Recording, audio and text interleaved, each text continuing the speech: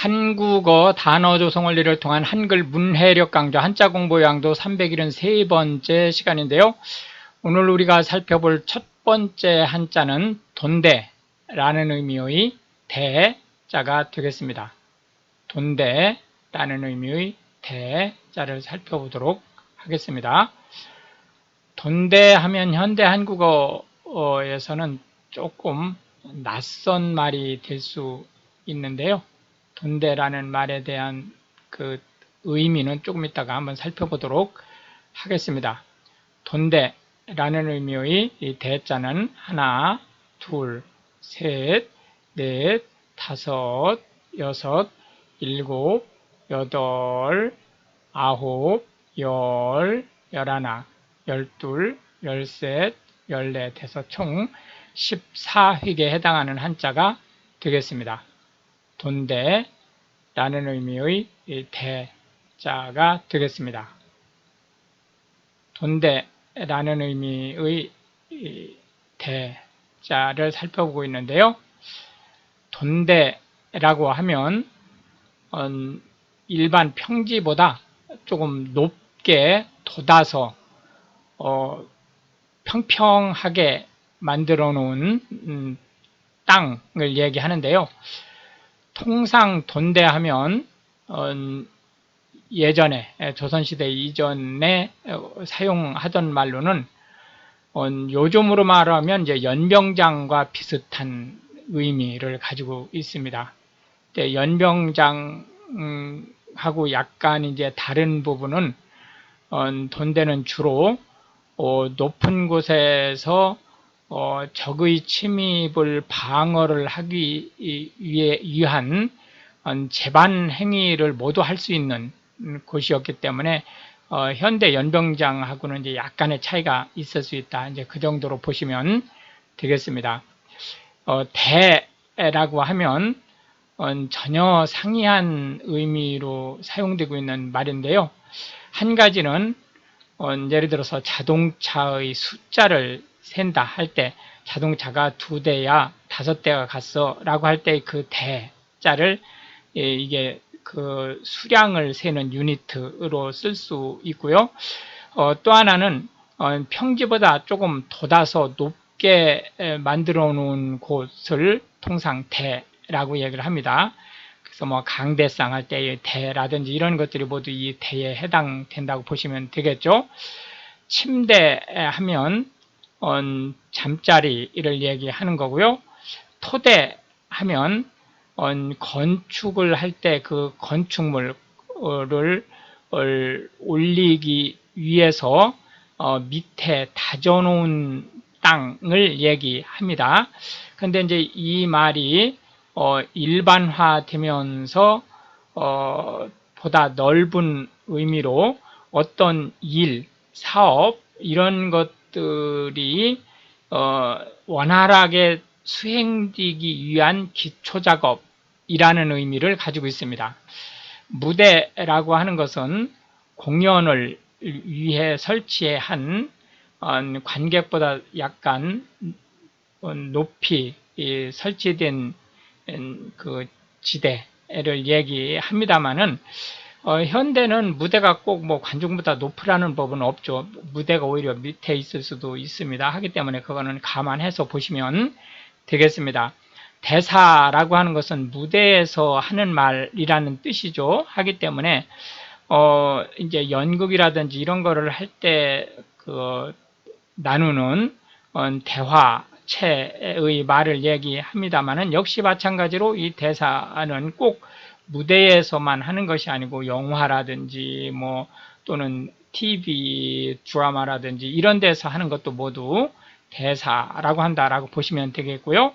등대라고 하는 것은 배가 항행을 할 때 특히 이제 밤에 그 위치를 알게 하기 위해서 불빛을 일정 주기로 이제 쏴주는 것을 등대라고 한다 이렇게 보시면 되겠고 통상적으로 이제 원양 쪽에서 움직이는 배한테 기준이 되기 위한 등대가 있고 또 이제 그 항만에 진출입을 할 때 표시하기 위한 빨간색 등대와 하얀색 등대 쌍이 있죠. 통상적으로 이제 배가 진출입을 할 때는 오른쪽으로 진출입하는 것을 원칙으로 한다고 볼 때 흰색 등대는 항만에 들어오는 기준점이고 빨간 등대는 항만에서 외항으로 나가는 기준점이라고 보시면 되겠죠. 대장이라고 하는 것은 원래 대장이라고 하는 것은 어떤 토지라든지 또는 건물이라든지 이런 것들을 등록하는 등록부를 얘기하는데 이것이 이제 좀 더 확대돼서 회계에 관련된 장부도 대장이라고 한다 이렇게 보시면 되겠습니다. 돛돌이라고 하는 것은 전통 한옥에서 마루와 우리가 뜰이라고 하는 그 뜰 사이를 우리가 토방이라고 하는 것으로 이렇게 돋아 놓았는데 처마 물이 떨어지는 곳 안쪽으로 토방이 있죠. 그 토방 위에 신발이라든지 이런 것들을 놓을 자리로 만들어 놓은 것을 돛돌이라고 얘기한다 이렇게 보시면 되겠습니다.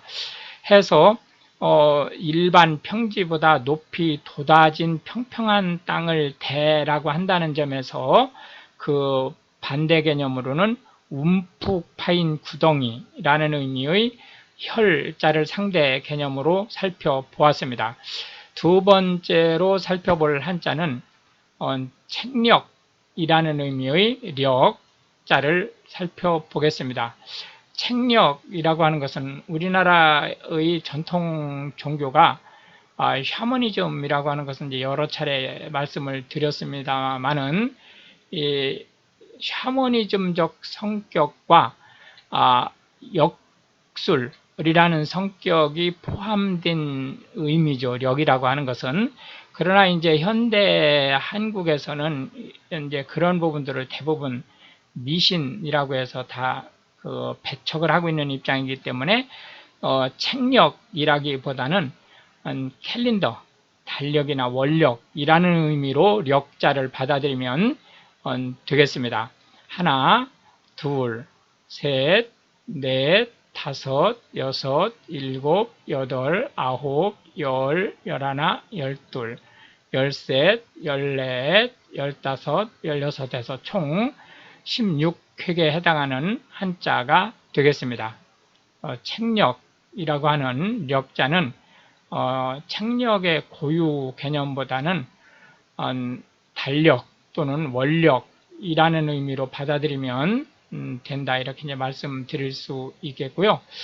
그럼에도 불구하고 이제 책력 자체에 대한 의미는 잠깐 설명을 드리고 가도록 하겠습니다. 책력이라고 하는 것은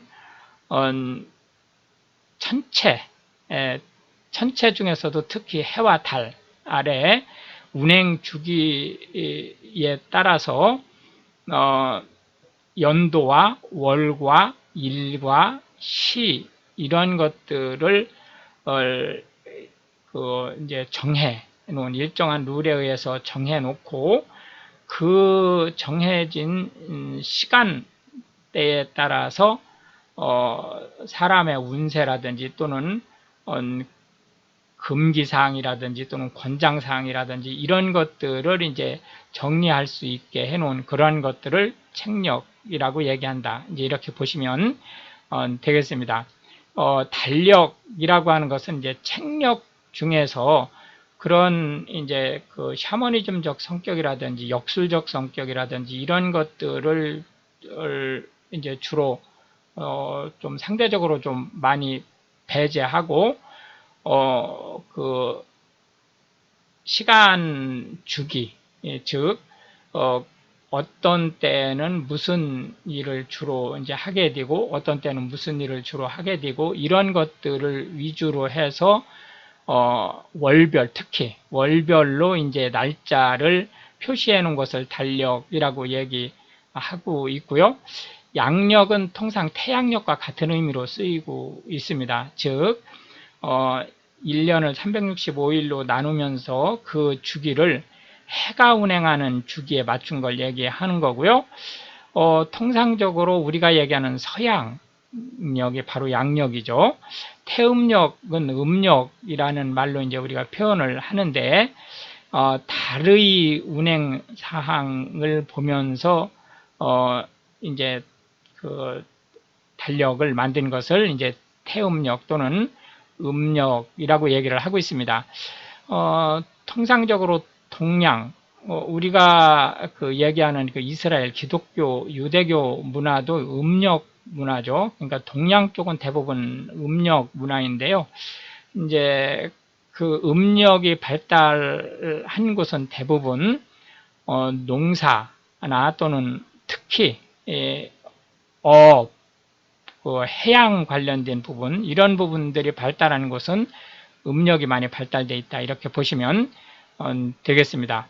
역법이라고 하는 것은 이제 원래는 천체 운행을 보면서 인간사의 전체적인 부분과 관련된 것을 정하거나 또는 점을 치거나 이런 것들과 관련된 것을 우리가 역법이라고 하지만, 현대 한국어에서 역법하면 달력을 만드는 그 계산 방법이라든지 기술을 얘기한다고 보시면 되겠습니다. 인력이라고 하는 것은 통상 우리가 캘린더 하면 달력인데, 인력은 하루하루 넘길 수 있도록 만들어진 것을 얘기하고요.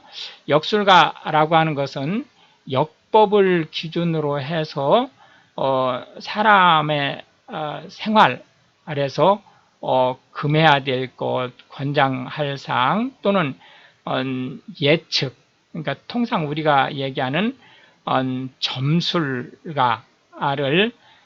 말한다라고 보시면 되겠는데요. 역술가는 사실상 이제 엄격하게 얘기하면 점쟁이하고는 조금 다르죠. 역술가는 통상적으로 이 책력에 의한 통계의 기반을 두고 얘기를 하기 때문에 우리가 얘기하는 점쟁이와는 약간 좀 다른 부분이 있습니다. 이게 철학적이고 또 이제 어떤 뭐라 그럴까 천문학적인 그런 부분들이 또 이제 일부 들어가 있기 때문에 이제 그렇게 보시면 되겠고, 서력기원이라고 하는 것은 통상 우리가 얘기하는 양력의 기준점이 되는 해를 얘기합니다. 그래서 예수 그리스도가 태어나신 해를 서력기원, 즉 우리가 얘기하는 서기, 서력기원의 약자가 서기죠. 지금 우리나라에서 쓰고 있는 달력의 기본은 서기입니다.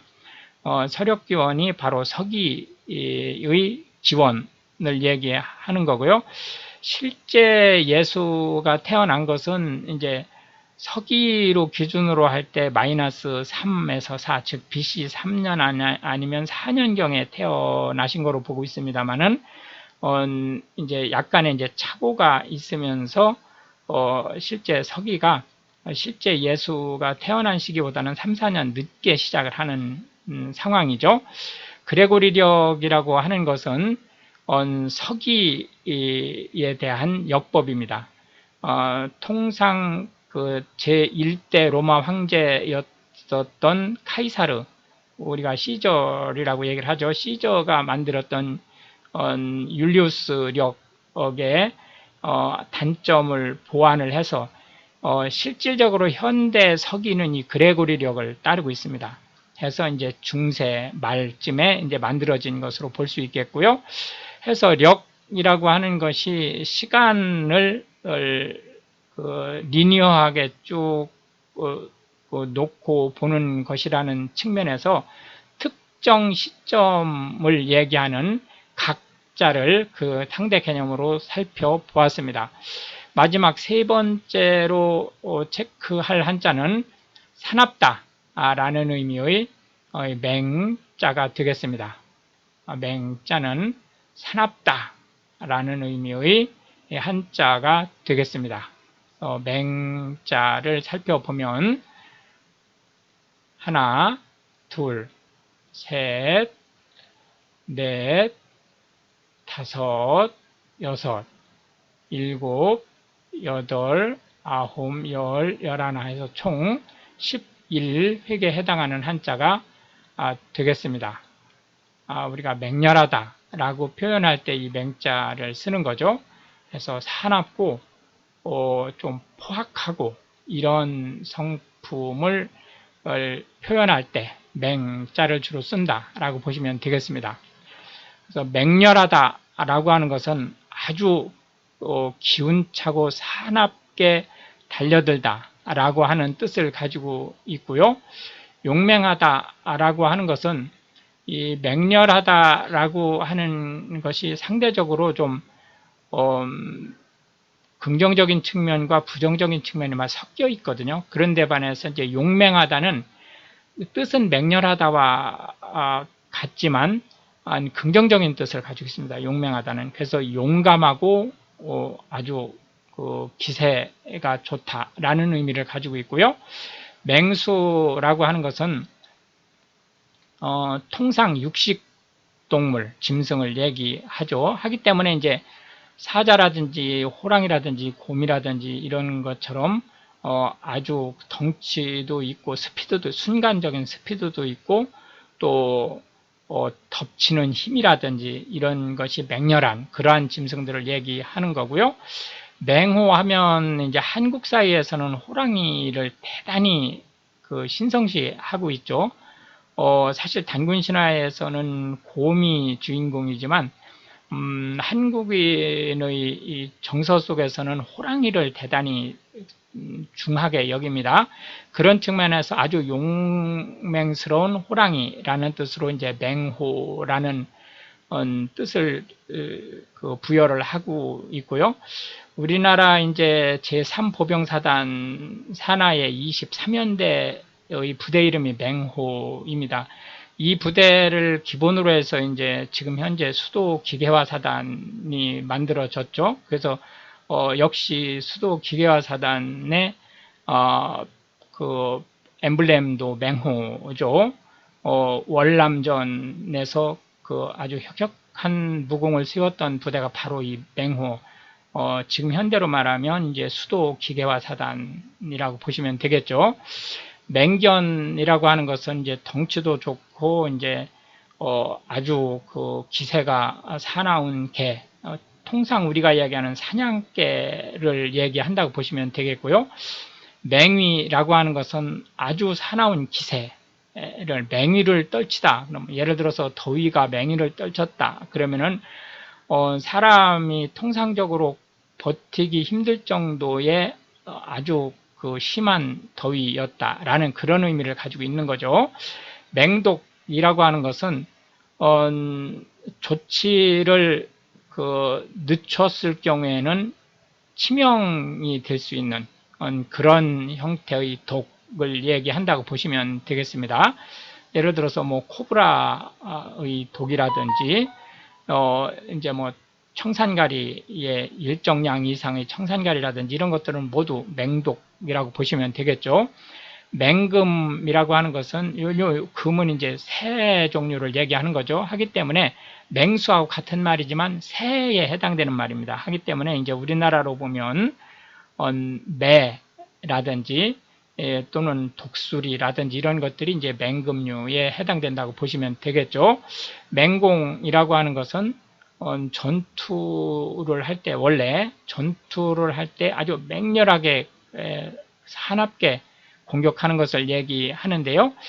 이것이 이제 전투 용어지만 이제 일상생활에서도 쓰입니다. 해서 이제 스포츠라든지 이런 거에서 또는 이제 정치적인 어떤 토론, 난상 토론이라든지 이런 데에서도 맹공이라는 말을 쓴다 이렇게 보시면 되겠고 사납게 밀어붙이다 라는 의미의 맹자에 대한 상대 개념으로는 너그럽게 받아줄 수 있다 라는 의미의 관자를 들어보았습니다. 이렇게 해서 이제 오늘도 우리는 3개의 한자와 각 한자에 대해서 9개씩의 현대 한국어에서 주로 쓰이고 있는 단어들 그리고 상대 개념의 한자 하나씩을 살펴보았는데요. 이것이 한글 문해력 향상에 도움이 되고 또한 외국인으로서 한국어를 배우시는 분들한테 한국어 단어 조성 원리 및 한자가 한글에 끼치는 영향, 이런 부분들에 대한 폭넓은 이해를 전달할 수 있게 되기를 바라겠습니다. 시청해 주셔서 감사하고 우크라이나를 이렇게 되어주시면 더욱 감사하겠습니다.